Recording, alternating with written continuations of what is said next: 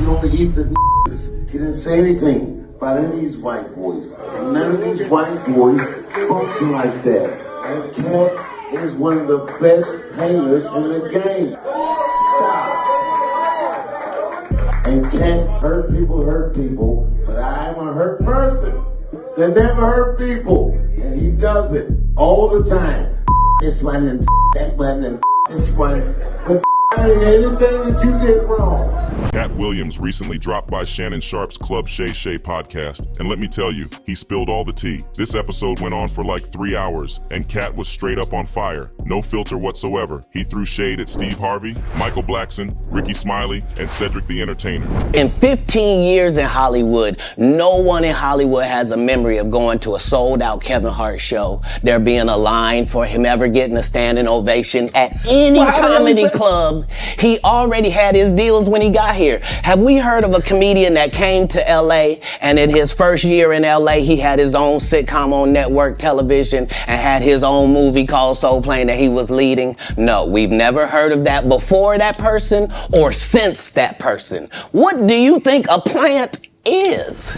And of course, Katt couldn't resist taking a swipe at Kevin Hart. He pretty much called him an industry plant and claimed he fibbed about how he made it big in the comedy scene. These two have been going at each other for ages, throwing jabs online and in interviews. It's like a never-ending drama of celebrity feuds. Now here's the kicker. Dave Chapelle warned Katt about calling out fellow black comedians in the past and here back again to let Katt know that he won't just get away with what he's doing. So, the very first thing that is relevant to this whole Katt Williams story is the way in which Katt went after Kevin Hart. It basically set off an entire chain of events that is going on to this very day and will be going on for many more. What caused it and why did he do it? Well, it seems like Katt Williams finally lost it completely and he had to let out all of the anger that he's been holding inside for years and years. The wild history of Kevin Hart and Katt Williams began a long time ago, and these two comedy giants have been throwing punches at each other for almost a decade. From Katt's controversial comments to Kevin's strategic comebacks, the comedy world has become their battleground. Picture this. Katt Williams went all out, not just taking shots at Kevin Hart, but also throwing shade at athletes like Shaquille O'Neal, trying their hand at comedy. This feud was already heating up back in August 2014. It's like an everlasting saga of comedic clashes that's been keeping us entertained for years. I think that Shaq and Russell Simmons should get out of comedy and stay in their lane. They don't see us making a league of professional basketball players under 6 foot.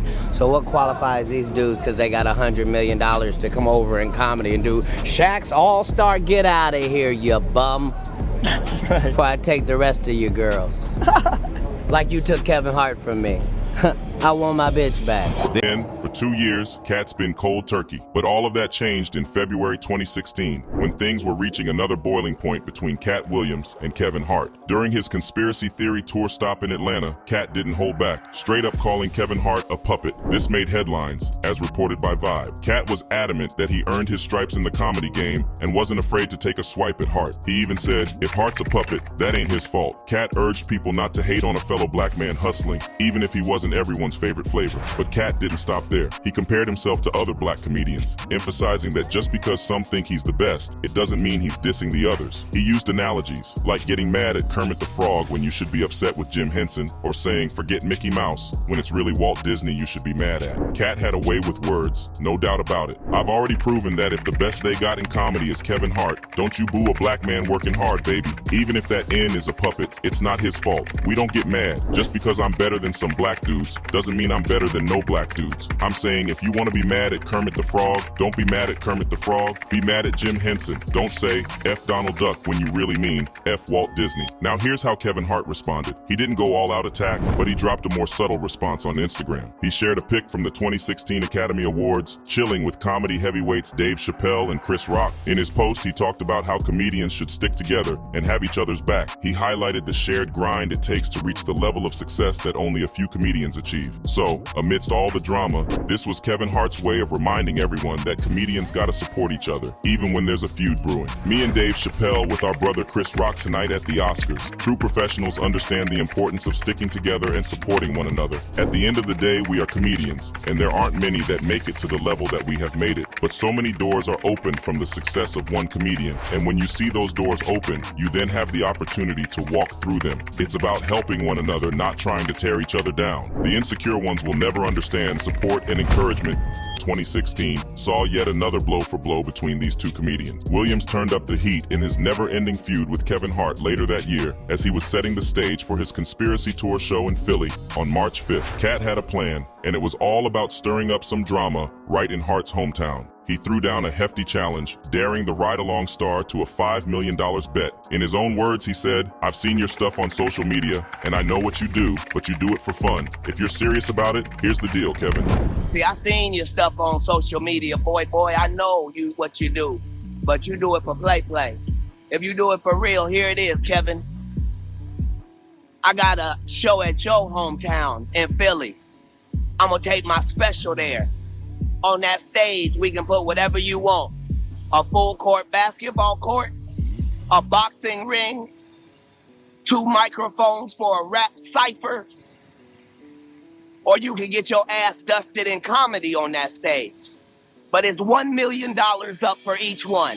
Katt didn't hold back, laying out challenge options, a full court basketball game, a boxing match, a rap cipher with 2 mics, or the big one, a comedy face-off right on stage with $1 million on the line for each challenge. And he made sure to mention Hart's Forbes earnings and hinted that he'd bring his cash in person. But here's the kicker. He told Hart not to bring any white folks along if he wasn't a puppet. All of this while rocking that signature fur coat of his. For a moment though, it seemed to everyone as if Katt had a little change of heart. You see, in March 2016, Katt Williams switched gears during an appearance on V103 Atlanta's The Big Tigger Show. He stepped up and offered an apology to Kevin Hart for the harsh comments he had dished out during his comedy tour stop in Philly. I should have never mentioned Kevin Hart's name. That is the reigning king of comedy if you ask for popular consensus. So now, the fact that he's a black man like me and the fact that I attacked him with such vitriol at a time when our country is already divided in every way it could be divided, racially, politically, economically, socially, religiously. Like the fact that I, while being on stage pretending to be higher than that, would then stoop down to the same level and try to embarrass Kevin Hart in front of his children and loved ones after all the hard work he's done since the year 2002 is just regrettable on my part. So I humbly apologize to not only Kevin Hart, but Heartbeat Productions, the Plastic Cup Boys, and anybody associated with Kevin Hart. Katt recognized the shared experiences they both had as black men and expressed remorse for going after Hart with such intensity, especially during a time when the country was already divided. During his chat with the host, Katt admitted that it was regrettable for him to try to embarrass Hart while doing his set. He made a genuine apology not just to Kevin Hart, but also to Heartbeat Productions, the Plastic Cup Boys, and anyone connected to Kevin Hart. It seemed like a moment of reflection and an attempt to patch things up during that radio appearance. Then once again, 2 years flew by and we didn't see any hate between Katt and Kevin publicly. But in September of 2018, things got more interesting in the Hart-Williams showdown. The spotlight shifted to Tiffany Haddish when Williams, during an interview on V103's Frank and Wanda in the Morning, started taking jabs at her comedy skills and questioned if she could pull off a major tour. Kevin Hart wasn't one to bite his tongue. While promoting their movie Night School on The Breakfast Club, he went to bat for Tiffany Haddish and didn't hold back in dissing Williams. Frustrated, Hart called out Williams for blaming Hollywood and the white man instead of owning up to his own actions when he had a chance to shine. My frustration with Katt Williams comes from, you keep pointing at Hollywood. Hollywood this, the white man, this, and this. When do you take responsibility for your actions? You had the shot. Katt was in that position at one point. You were the guy. Yeah. You were set up to be the star. You didn't show up to work. You off promo shoots. You off your trips that they had set up for you. You became a risk to the studios, which is why the studios. Why was he a risk? He chose drugs. Oh, okay. Take responsibility for what you chose and say, you know what, I gotta fix me, and I'm gonna come back and I'm gonna stand up for comedy. Hart spilled the beans that studios stopped working with Williams because of drug issues, and he hammered home the point that Williams had the chance to be a star, but didn't deliver when it counted. Hart straight up challenged Williams, asking if he ever used his platform to help out those coming up in the game. According to Hart, since Williams hadn't done that, he had no business criticizing those who were making waves in the industry. The tension just kept on simmering between these two comedians. The friction came about yet again 3 years ago, in September 2021, and the Hart-Williams saga was still going strong. Katt Williams didn't hold back when it came to the possibility of a comedy-style battle against Kevin Hart. During an interview with Baltimore radio personality personality Persia Nicole, as reported by Revolt, Williams made it clear that he considered it cheating for him. With confidence, Williams boldly claimed that he could outshine Hart in a comedy battle, boasting about his extensive catalog of over 10 comedy specials. He even threw in a cheeky twist, saying he could pluck just 2 jokes from each special, basically making the competition look dead in the water, except for those with the last name prior. So, Katt, let me ask you, if you would be bothered enough, because I know you're normally very unbothered, to do a versus battle between you and Kevin Hart. A lot of fans want you to do it for the culture, do a comedy battle. Would you be bothered enough to do this? I started versus. Ooh, come on. Come to me with versus. The first versus ever promoted was Steve Harvey versus Katt Williams. It was the underground king of comedy versus and sold as versus. So we don't need to ask me if I would have any interest in things that I am the originator of. Comedically beefing is my lane. It's almost cheating for me. I have over 10 specials, so I don't have to pick but 2 jokes from each special, and I've already deaded anybody whose last name ain't Pryor anyway. But having thrown that out the window, we don't want to add 52 movies. We certainly don't want to add 11 specials. We certainly don't want to add 49 television appearances. We don't want to add an Emmy. It's almost a battle we can't really afford to be in. Williams brushed off the idea of piling up Hart's impressive stats: 52 movies, 11 specials, 49 TV appearances, and an Emmy. He wrapped it up by hinting that this matchup might not go down as expected, and that it could be a battle people couldn't afford to miss. The comedic rivalry between Hart and Williams, well, it was alive and kicking to say the least. And then came the famous Club Shay Shay podcast. Just a few weeks back, Katt Williams didn't mince words as he took on Kevin Hart during a chat on Shannon Sharpe's show. Katt's on drugs. Where are the stories? Why is there no story of anybody who ever sold a drug to me, did a drug with me, was around me when I was inebriated? I got 5 daughters. I got 5 sons. Why would we tell these ridiculous stories? Because it's competition.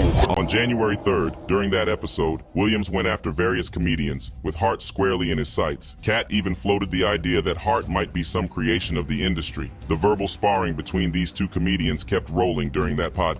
In response to Katt Williams' jabs on Shannon Sharpe's show, Kevin Hart didn't write an essay. He kept it short and sweet on the platform formerly known as Twitter, now called X. Gotta get that anger up out of you, champ. It's honestly sad. A day later, Kevin Hart popped up on ESPN's NBA Unplugged and decided to have some fun at Katt Williams' expense. He playfully teased Katt, poking holes in some of the wild claims Williams made on the podcast, like reading 3,000 books a year when he was just a kid between 8 and 12. Figured out how to play basketball from reading all them books. 3,000 of them. 3,000 a year. A year. And that's 2 a day. Yeah. At 6 years old.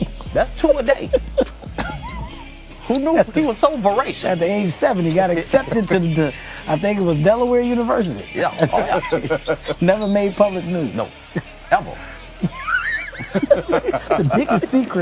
The biggest secret in the world. Many people tend to side with Katt more often than not, believing he might be onto something by exposing all the messy, dark truths that Kevin Hart has been keeping hidden away in his closet. But the thing is, Katt Williams wasn't just sick of Kevin Hart. Katt wasn't holding back when others came into play either. He went on a verbal rampage, exposing all of the industry's dirty secrets and putting other comedians in his crosshairs too. Katt Williams didn't pull any punches, calling out anyone who had ever talked negatively about him. His revelations weren't limited to fellow comedians. Chris Tucker found himself in Katt Williams' line of fire. Williams claimed that Tucker wasn't the same old Chris we all knew, but rather some Epstein version of himself. But Katt Williams wasn't finished. During that same interview with Shay, Katt took a shot at Rickey Smiley, calling him out as a liar and criticizing his acting skills. This feud began because Smiley claimed he was initially cast for the role of Money Mike in Friday After Next. Williams wasn't having it and straight up called it a lie. Thank y'all for this opportunity, Rickey Smiley Morning Show. Let's just get into this. The whole internet going crazy, comments that Katt Williams made. Whatever. I can't speak on behalf of the other comedians, but the only thing I can speak for is myself. Katt made some comments on Shannon Sharpe's show about when I was on Shannon Sharpe was telling him the story of some of the behind the scenes from Friday After Next.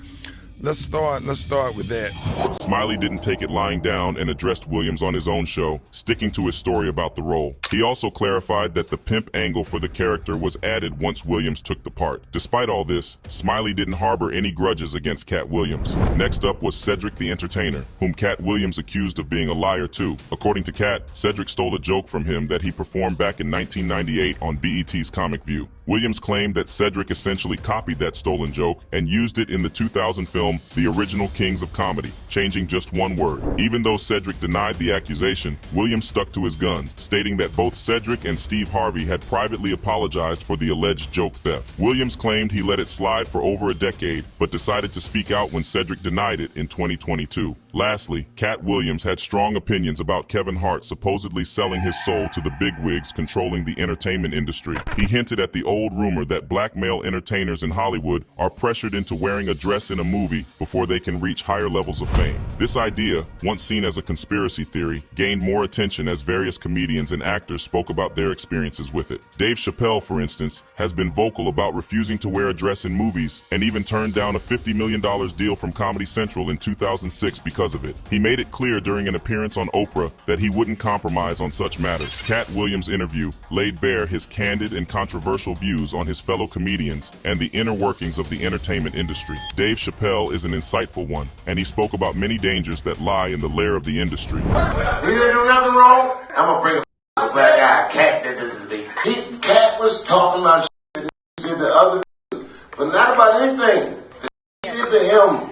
If I told my story, it would break your heart. I lost everything and never, ever told on anybody. Dave Chapelle ain't vibing with Katt Williams' recent viral interview where he dissed some fellow comedians. Chapelle went on stage at the Hollywood Improv's Monterey's event and called out Williams for taking shots at Ice Cube and Kevin Hart on the Club Shay Shay podcast. Even Saturday Night Live got in on the references. Williams didn't spare Cedric the Entertainer and Steve Harvey in his rants on Club Shay Shay. Now, Chapelle, who usually keeps a tight no cell phone policy during his sets, had bits of his Williams commentary making the rounds on social media. He's like, "What's going on here?" Katt went in on everyone. Not a word about the white boys though. They don't roll like that. Doing a Katt impression, Chapelle said, "Screw this one, screw that one." And he's like, "Hold up, did he actually do something wrong?" Katt was talking about things people did to each other, not stuff done to him. Chapelle got real, saying, "If I spilled my story, it would break your heart. I lost everything but never snitched on anyone. And now this guy's the truth teller? Katt, I respect you. But tell me, DeRay, which part of the game messes up another guy's hustle? What game involves snitching on your own?" Chapelle's scratching his head, wondering why Williams would call out his peers when we're all just trying to level up. Dave appears to have a mixed reaction to Katt Williams' recent viral interview where Williams criticized fellow comedians. Chapelle expressed disapproval during his appearance at the Hollywood Improv's Monterey's event, questioning Williams' decision to call out the black entertainers in the industry. Chapelle, known for his no cell phone policy during sets, pointed out the absence of criticism towards white comedians and emphasized that Katt seemed to be focusing on the negative actions of others without addressing any wrongs committed against him personally. While expressing respect for Katt Williams, Dave did raise concerns about the impact of Williams' words on others' livelihoods, questioning the ethics of jeopardizing another person's success in the entertainment industry. The comedian's comments suggest a disagreement with Williams' approach and a belief that, in the comedy game, there should be a sense of unity and support among peers striving for success. Dave Chapelle dropped a few truth bombs on Katt Williams' viral interview. It's like a comedy showdown with some real talk thrown in. Chapelle ain't holding back, questioning the game and wondering why Katt's calling out fellow comedians. In the end, it's a mix of respect and disagreement. Chapelle's asking, "What part of the game is this?" and pointing out the importance of supporting each other in the comedy hustle. It's like a behind-the-scenes glimpse into the complexities of the comedy world. Guess we'll have to stay tuned to see if this sparks more drama, or if it's just another chapter in the comedy saga. Keep those laughs coming, and let the stand-up games continue.